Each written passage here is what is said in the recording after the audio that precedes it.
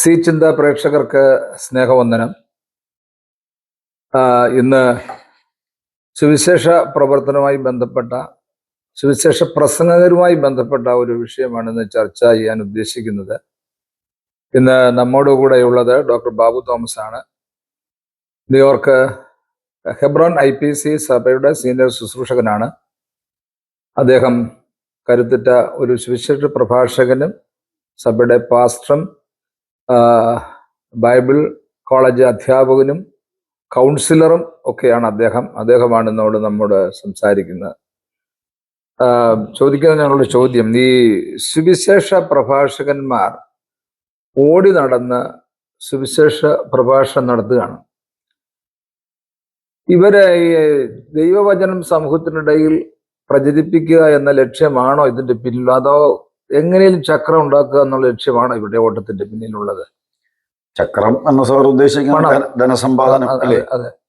അതിന് നമ്മുടെ ഉത്തരം തിരുവചനം ബൈബിൾ എന്ത് പറയുന്നു എന്നുള്ളതാണ്.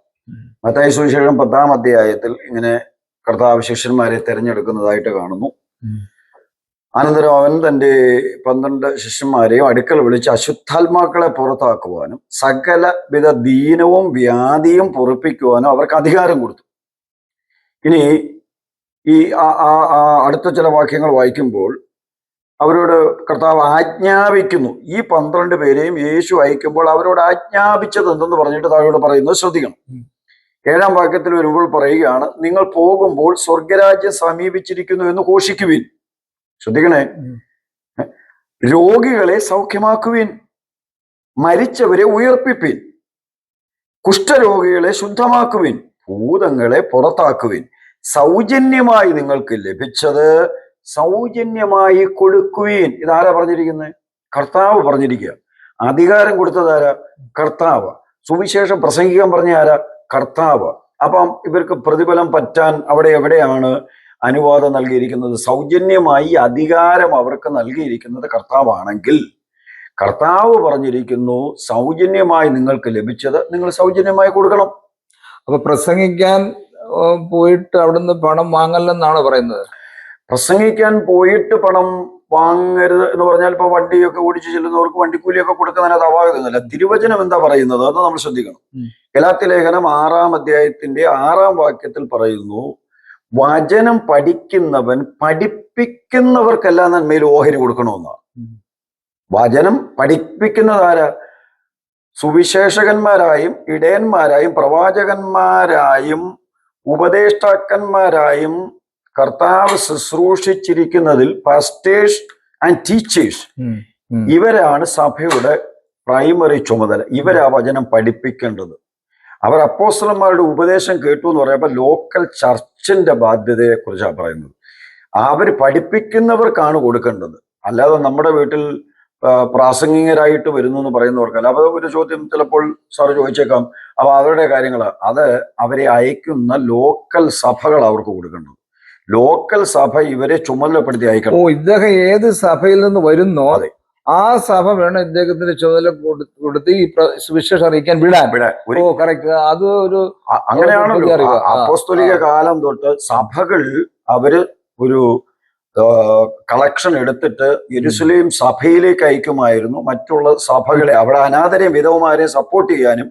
ഒരിക്കലും പൗലോസ് എനിക്ക് പൈസ തരണമെന്ന് പറഞ്ഞ് ആജ്ഞാപിച്ചിട്ടില്ല. എന്റെ ദോഷം പ്രസംഗികൾ പണത്തിനായിട്ട് പ്രസംഗിക്കരുത്, ഇത് ശുശ്രൂഷയാണ്. അദ്ദേഹം ഉൾപ്പെട്ട് നിൽക്കുന്ന ലോക്കൽ സഭ ഇദ്ദേഹത്തെ അയക്കണം, നിയോഗിച്ച് പണം കൊടുത്ത് അങ്ങനെ അത് ചെയ്തയക്കണം.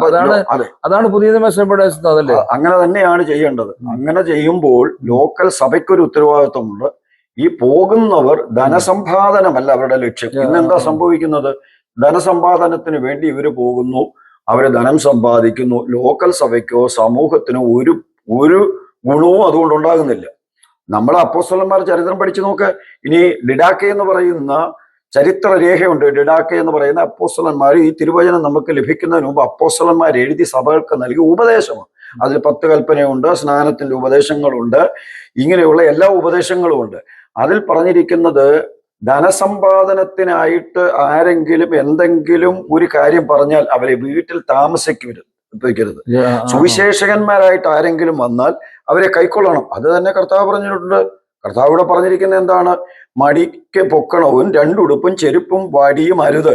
വേലക്കാരൻ തന്റെ ആഹാരത്തിന് യോഗ്യനല്ലോ എന്നാ, കൂലിക്കെന്നല്ല, ആഹാരത്തിന്. അപ്പൊ ഡിഡാക്കെ പറഞ്ഞിരിക്കുന്നത്, നിങ്ങളുടെ വീട്ടിൽ സുവിശേഷം അറിയിക്കുന്ന ഒരാൾ വന്നാൽ അയാളെ സ്വീകരിക്കുകയും അയാൾക്ക് ആഹാരം കൊടുക്കുകയും ചെയ്യണം. പക്ഷെ 3 ദിവസം കൂടുതൽ താമസിപ്പിക്കാൻ പാടില്ല. അങ്ങനെയുണ്ട്. അതേ ഡിഡാക്കയിൽ പ്രത്യേകം പറഞ്ഞിട്ടുണ്ട്.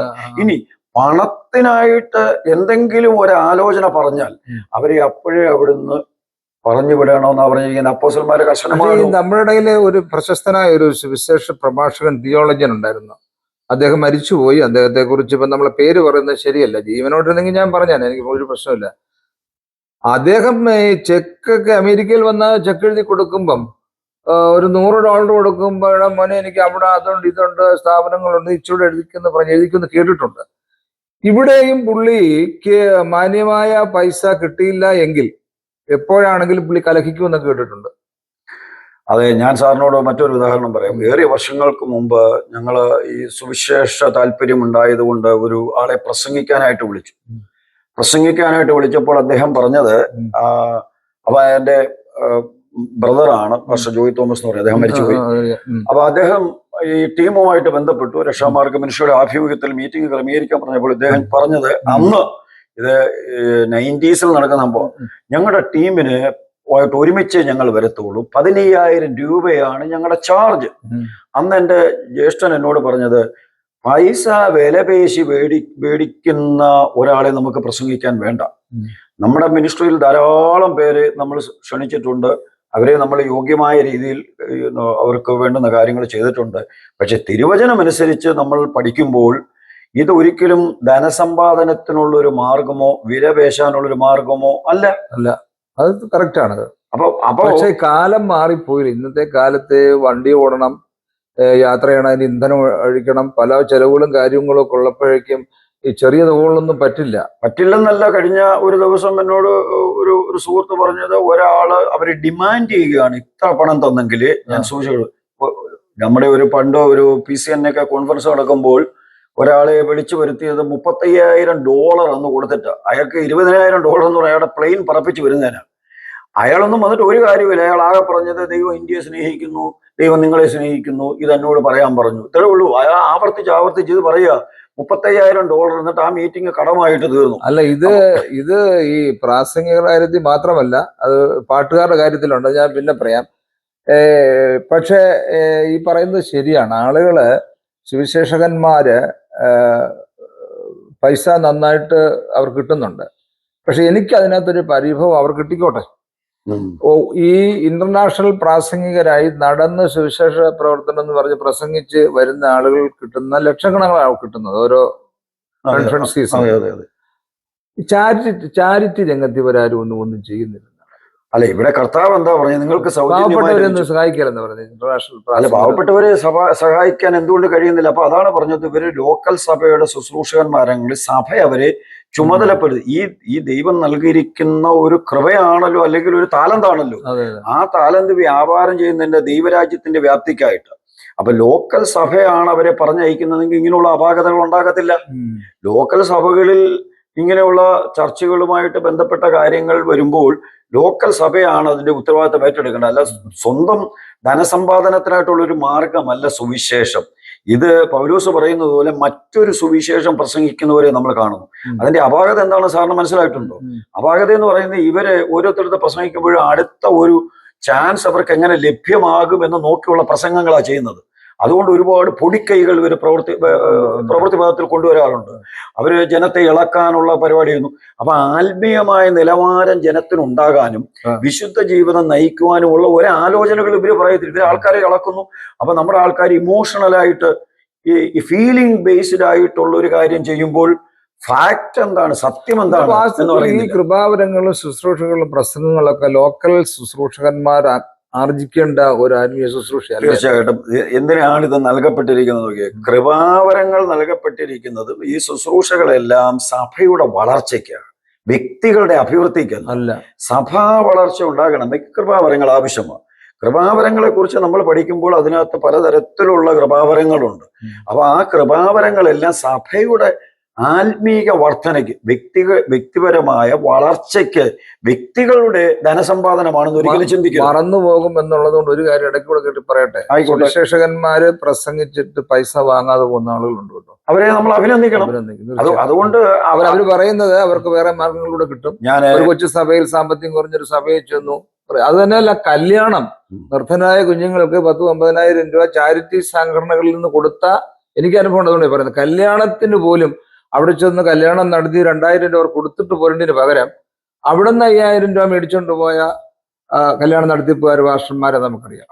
അത് ശരിയാണ് സാറേ. എൻ്റെ അളിയനും പെങ്ങളും ഒക്കെ ഒരു വീട് വെക്കുമ്പോൾ അദ്ദേഹത്തിന്റെ പേര് പറയുന്നതിന് എനിക്ക് അപാകതയൊന്നുമില്ല. പാസ്റ്റർ പി കെ ഷാജി, അന്ന് ഞങ്ങൾ വളരെ ഞെരുക്കത്തിൽ കഴിയുന്ന ഞങ്ങളുടെ പുതിയ സഭയാണ്, ഞങ്ങളൊക്കെ വിശ്വാസത്തിൽ വന്ന സഭ തുടങ്ങുന്നത്. ആ ഇല്ലായ്മയിൽ അതെ ഷാജി അബ്രഹാം, അദ്ദേഹം ഇല്ലായ്മയിൽ നിന്ന് 1000 രൂപ കൊണ്ടുതന്ന് അവരുടെ കയ്യിൽ കൊടുത്തച്ച് അവരോട് പറയുകയാണ്, നിങ്ങൾ പണി തുടങ്ങൂ, വിശ്വാസത്താൽ പണി തുടങ്ങൂ. ഇന്നും എന്റെ സഹോദരിയുടെ ഭർത്താവ് അത് കേട്ട് കരയാറുണ്ട്. പുള്ളി ഇച്ചിരി പണ്ട് ഇച്ചിരി ചൂടൻ പാർട്ടിക്കായിരുന്നു, പക്ഷെ അദ്ദേഹത്തെ ഞങ്ങളുടെ നാട്ടിലെ സകല വീടുകളും കയറി ഇറങ്ങി പ്രവർത്തിച്ച ഒരു മനുഷ്യനാണ് അദ്ദേഹം. സുവിശേഷത്തിന് ഇത്രയും താല്പര്യം കാണിച്ചിട്ടുള്ള സഭാരാഷ്ട്രീയത്തിലൊക്കെ ചടക്കി ചെന്ന് പെട്ടു, അത് ശരിയാണ്. എന്നാൽ അതിൽ നിന്നൊക്കെ ഞാൻ പറഞ്ഞത്, ഇന്നും ധനത്തെ സ്നേഹിക്കാത്തവരുണ്ട്. ഞാൻ വിശ്വാസത്തിൽ വരുമ്പോൾ ഞങ്ങളുടെ സെന്ററിൽ ഉണ്ടായിരുന്ന ഒരു പാസ്റ്റർ ഉണ്ടായിരുന്നു, പാസ്റ്റർ CM, സോറി അദ്ദേഹത്തിന്റെ പേര് ഞാൻ വിട്ടുപോയി. പക്ഷെ ഒരിക്കലും പണത്തെ സ്നേഹിക്കത്തില്ലായിരുന്നു. അദ്ദേഹം പണം നമ്മൾ കൊടുത്തു കഴിഞ്ഞാലും വേണ്ട എന്ന് പറയുന്ന മനോഭാവമായിരുന്നു. ഒരിക്കലും അമേരിക്ക പോകാൻ അദ്ദേഹം താല്പര്യപ്പെട്ടില്ല. അദ്ദേഹം വളരെ ഭക്തനായ മനുഷ്യനാണ്. ഇപ്പൊ നമ്മൾ യാദൃശ്യമായിട്ട് വന്നപ്പോ 1-2 പേരുകൾ സൂചിപ്പിച്ചതേ ഉള്ളൂ. പേര് അങ്ങനെ പറയേണ്ട ആവശ്യമില്ല. പക്ഷെ ഇനി ഉള്ള ഞാൻ കേട്ടൊരു കാര്യം, ഒരു പ്രശസ്തനായ നമ്മുടെ ഒരു വിശേഷകന്റെ ഷർട്ടിന്റെ പോക്കറ്റുകളിൽ നിന്ന് പലപ്പോഴും ഒരു പ്രാവശ്യം 80,000 രൂപയൊക്കെ പോക്കറ്റിൽ നിന്ന് കിട്ടിയിട്ടുണ്ടെന്നൊക്കെ പറയുന്നു. കാരണം അവസാന നാളുകളിൽ വന്നു കഴിഞ്ഞപ്പോ പൈസ കുമിഞ്ഞുകൂടി. കാരണം പണത്തിന്റെ ആവശ്യമില്ല വന്നു കഴിഞ്ഞപ്പോൾ ഇതൊന്നും കൃത്യമായിട്ട് എടുത്ത് എവിടെയും കൊണ്ട് വെക്കുകയൊക്കെ ചെയ്യാതെ വീട്ടിലെ ജോലിക്കാര് ഷർട്ടിന്റെ തുണികൾ അലക്കാൻ ചെല്ലുമ്പോൾ ഷർട്ടിന്റെ പോക്കറ്റിലും പാൻസിന്റെ പോക്കറ്റിലൊക്കെ വലിയ എമൗണ്ടുകൾ ഉണ്ടായിരുന്നത് കേട്ടിട്ടുണ്ട്. അത് ശരിയാണത്, കള്ളമല്ല. തുകയുടെ ചിലപ്പം വലിപ്പം ചെറുപ്പം കണ്ടേക്കാം. 5 പൈസ ആർക്കും തൊട്ട് ഒരു ദരിദ്രനിട്ട് കൊടുക്കത്തില്ല. നമുക്ക് വളരെ വ്യക്തമായിട്ട് അറിയാൻ കഴിയും. നമ്മൾ ഈ പത്രപ്രവർത്തന രംഗത്ത് ഇത്രയും വർഷങ്ങളായിട്ട് നിൽക്കുന്നല്ലേ, വളരെ വ്യക്തമായിട്ട് അറിയാൻ സത്യമായ കാര്യമാണ് ഞാൻ ഈ പറയുന്നത്. അപ്പൊ ഇതൊക്കെ സത്യത്തിൽ സുവിശേഷ വേലയുടെ ഭാഗമാണെന്നൊക്കെ പറയാൻ പറ്റുമോ? അല്ല, അത് ഈ സൗജന്യമായി ലഭിച്ച സൗജന്യമായി കൊടുക്കാനുള്ള ഒരു മനോഭാവം ഇല്ലാതെ വാങ്ങുവാൻ മാത്രമുള്ള ഒരു താല്പര്യമാണ് ഉണ്ടാകുന്നതിൽ അത് ശരിയായ രീതിയല്ല. നമ്മുടെ ഏറിയ പങ്ക് വിശ്വാസികളും കൊടുക്കുന്നതിൽ ഉത്സാഹമുള്ളവരാണ്. തീർച്ചയായിട്ടും. അപ്പോൾ ഇത് സ്വീകരിക്കുമ്പോൾ തന്നെ ഇത് നമുക്ക് കർത്താവ് തന്നു, കർത്താവിന്റെ നാമത്തിൽ ചിലവഴിപ്പാൻ കഴിയുന്നില്ലെങ്കിൽ നമ്മൾ അത് കൂട്ടിവെച്ചിട്ട് നമുക്കെന്താ അതുകൊണ്ട് നേട്ടം? അപ്പൊ കർത്താവിന്റെ വേല എങ്ങനെ അഭിവൃദ്ധിപ്പെടുന്നത്? സ്വന്തമായ നേട്ടങ്ങൾക്ക് മുമ്പേ പറഞ്ഞതുപോലെ പലരും പല രീതികളിൽ പല പദ്ധതികൾ പറഞ്ഞ് പൈസ ഉണ്ടാക്കാറുണ്ട്. നിങ്ങൾ അവരുടെ തലമുറകളെ ഒക്കെ ഒന്ന് ശ്രദ്ധിച്ചു നോക്കണം. ഇങ്ങനെയുള്ള അപാകതകൾ ഉണ്ടാകാനുള്ള സാധ്യതകൾ ഉള്ളത് കൊണ്ട് നമ്മൾ ഇതൊരു മുന്നറിയിപ്പായിട്ട് കണക്കാക്കണം. നേരായ രീതിയിൽ നമ്മുടെ കയ്യിൽ വരുന്നത്, കർത്താവ് തരുന്നത് സന്തോഷത്തോടെ സ്വീകരിച്ച് ആഹാരത്തിന് ഉപയോഗിക്കുന്നതിന് കുഴപ്പമില്ല. ദൂർത്തിനും ലാഭത്തിനും വളരെ വില കൂടിയ എക്സ്പെൻസീവായിട്ടുള്ള ലക്ഷറി ലൈഫ് സ്റ്റൈലിനുമൊക്കെ വിശ്വാസികളിൽ നിന്ന് ലഭ്യമാകുന്ന പണം ഉപയോഗിക്കുന്നത് വളരെ ഗുരുതരമായ കാര്യം. ഒരു ദൈവദാസന്റെ ഒരു പ്രാവശ്യം പറഞ്ഞ ഓർമ്മയുണ്ട്, 100 രൂപ ഒരാൾ കൊണ്ട് കൊടുക്കുമ്പോൾ കൈ വിറച്ചുകൊണ്ടാണ് ആ 100 രൂപ വാങ്ങുന്നത്. കാരണം പാറമടയിൽ പണിയെടുത്ത് കൂടം എടുത്തടിച്ച് വെയിലത്ത് കഷ്ടപ്പെട്ടാണ് ഇയാൾ ഈ പൈസ ഉണ്ടാക്കിക്കൊണ്ട് കൊടുത്തത്. അപ്പം ഇങ്ങനെ കൈകൾ വിറച്ചുകൊണ്ടാണ് 100 രൂപ വാങ്ങിയതെന്ന് പറഞ്ഞു. അപ്പൊ അങ്ങനെയുള്ള സുവിശേഷകന്മാരും ഉണ്ട്, നന്ദിയോടെ അത് ഓർക്കുന്ന ആളുകളുണ്ട്. ഒരു സംഭവം ഓർക്കുന്നു. എൻ്റെ ഭാര്യയുടെ പിതാവ്, അദ്ദേഹം വേർപാടിലെ ഒരു മൂപ്പനൊക്കെ ആയിരുന്നു. അദ്ദേഹം നമ്മുടെ കവിതകളൊക്കെ എഴുതിയ അദ്ദേഹം ഉണ്ടല്ലോ, പാട്ടുകളൊക്കെ എഴുതുന്ന വേർപാടിലെ അല്ല പാട്ടുകളൊക്കെ നന്നായിട്ട് അദ്ദേഹത്തിന്റെ പാട്ടുകളാണല്ലോ നമ്മൾ പാടുന്നത്. എം ഇ ചെറിയാൻ സാറുണ്ട്. അല്ല, എം ഇ ചെറിയാൻ സാറല്ല, മഹാകവി KB സൈമൺ സാർ. അപ്പം അദ്ദേഹം അദ്ദേഹത്തിന് ഒരാളെ കാണാൻ ചെന്നു. അദ്ദേഹത്തിന് ഒരാളെ കാണാൻ ചെന്നപ്പോൾ അദ്ദേഹം പൈസ കൈകൊണ്ട് മേടിക്കത്തില്ല, ഒരു സംഭാവന കൊണ്ടു കൊടുത്തു, ഒരു പൊതിക്കെട്ട് കൊണ്ടു കൊടുത്തപ്പോൾ അദ്ദേഹം പറഞ്ഞു ആ റൂം അവിടെ വരാന്തയുണ്ട്, അതിന്റെ ആ ഉത്തരത്തിന്റെ മുകളിൽ വെച്ചേക്കാൻ പറഞ്ഞു. ഉത്തരത്തിന്റെ മുകളിൽ വെച്ചേക്കാൻ പറഞ്ഞു. അദ്ദേഹം കൈകൊണ്ട് അത് വാങ്ങിയില്ലെന്നാ പറഞ്ഞു. എന്നിട്ട് അദ്ദേഹം കൊടുത്തിട്ട് പോയി. അപ്പോൾ അത് കഴിഞ്ഞിട്ട് ഒരു സാധുവായ മനുഷ്യൻ വന്ന് പറയുകയാണ്, സാറേ എൻ്റെ മകളുടെ വിവാഹമാണ്, ഒരു നിവൃത്തിയില്ല.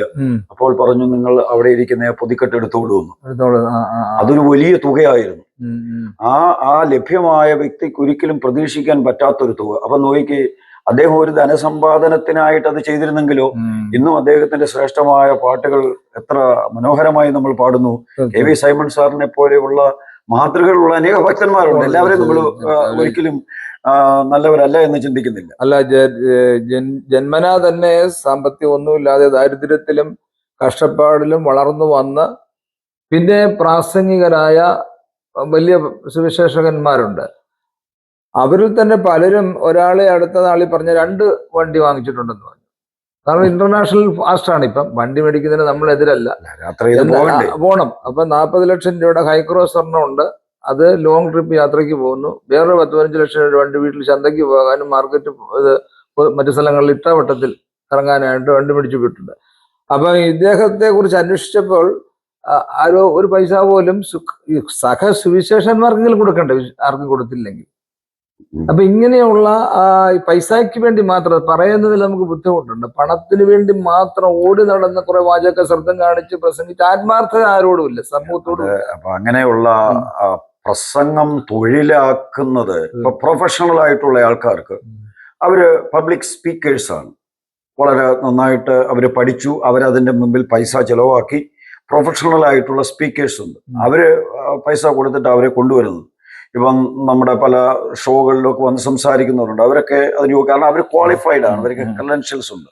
എന്നാൽ സുവിശേഷ പ്രസംഗം എന്ന് പറയുന്നത് ഒരിക്കലും ഒരു ധനസമ്പാദന മാർഗമല്ല. സുവിശേഷ പ്രസംഗം അത് സൗജന്യമായി ലഭിച്ചു. ഓപ്പർച്യൂണിറ്റീസ് നമുക്ക് ലഭ്യമാകുന്നത് ദൈവരാജ്യത്തിന്റെ വ്യാപ്തിക്കായിട്ട് ഉപയോഗിക്കണം. അത് നമ്മൾ പേഴ്സണൽ ഗെയിനിന് വേണ്ടി ഒരിക്കലും ഉപയോഗിക്കാൻ പാടില്ല. ഇത് ഒരു വലിയ അബദ്ധമാണ് പലരും ചെയ്യുന്നത്. ഈ വ്യവസ്ഥിതി മാറണം.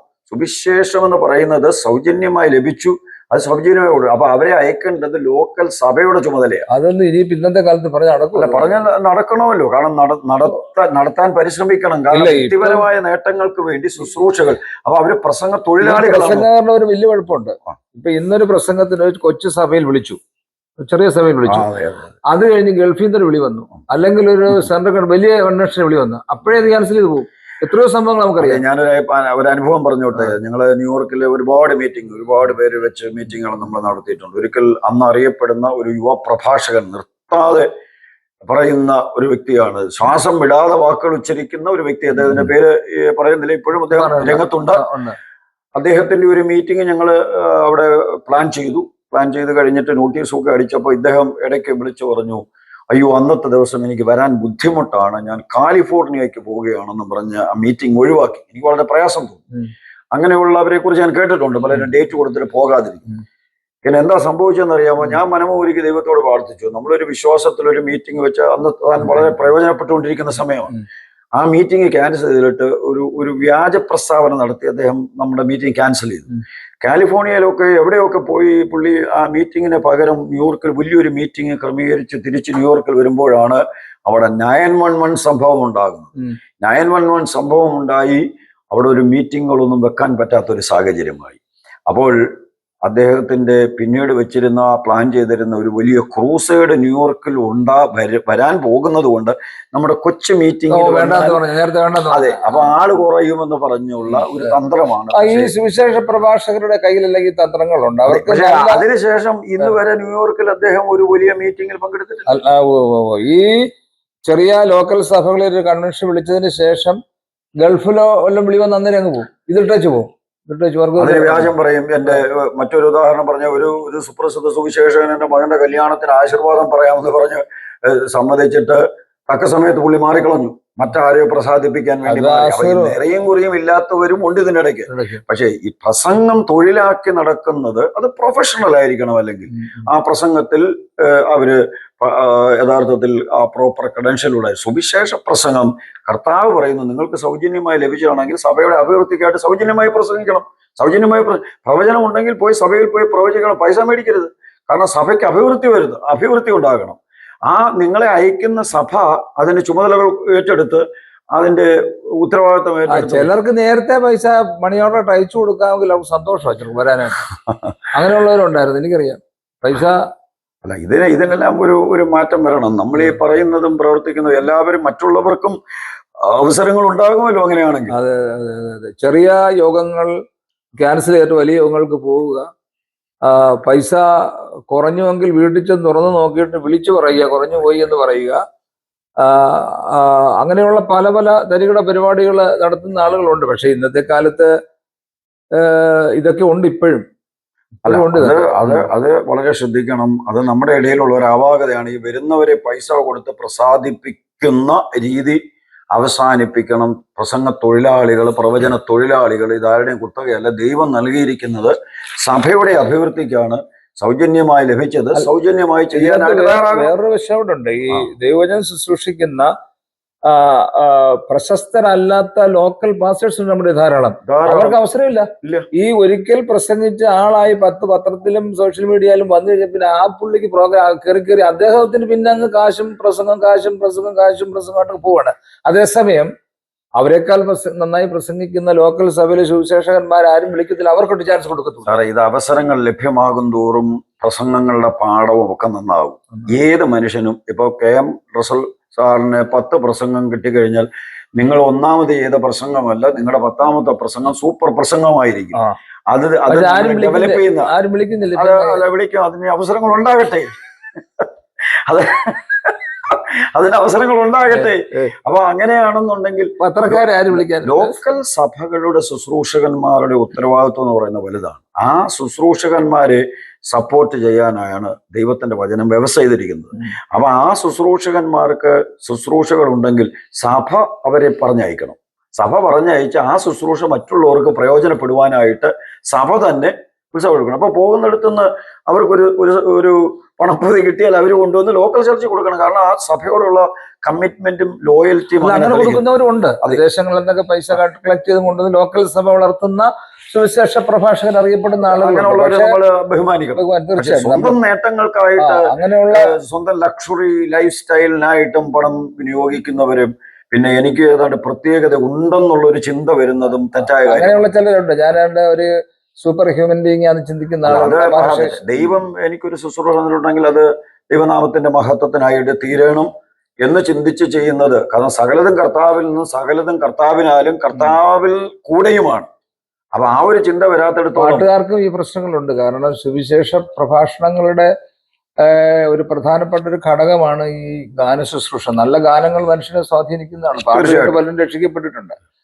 പക്ഷെ ഈ പാട്ടുകാർ ഇതാണ് ഈ പറയുന്ന പൈസ ചാർജ് കൊടുത്തു കൊണ്ടുപോയി അവർ വന്ന് പാടുകാത്ത ഒരു സ്ഥിതി അപ്പോഴും ഇപ്പോഴുണ്ട്. പക്ഷെ ഇപ്പൊ ലോക്കൽ സഭകളിൽ എല്ലാ സഭകളിലും നല്ല ഗായക സംഘങ്ങളുണ്ട്. പിന്നെ പാട്ടുകൾ എന്ന് പറയുന്നത് ആരാധനയിലേക്ക് നയിക്കാനുള്ളൊരു മാധ്യമം എന്നുള്ളതേ ഉള്ളൂ. പക്ഷെ അതും ഒരു ചാർജ് പറഞ്ഞ് അതും ഒരു പണം ഉണ്ടാക്കാനുള്ള ഒരു ഉപാധി ആയോ എന്നൊരു സംശയം ഉണ്ട്. സുവിശേഷ പ്രഭാഷകൻ നന്നായിട്ട് പാട്ടുമൊക്കെ പാടി ശുശ്രൂഷയിൽ ഒരു ഉത്സാഹം വർദ്ധിപ്പിക്കുന്ന അനേകരുണ്ട്. പണമൊന്നും പറയാതെ തന്നെ അങ്ങനെയുള്ളവരുണ്ട്. ശുശ്രൂഷ എന്ന് പറയുന്നത് ഒരു തൊഴിലല്ല, അത് സേവനമാണ്.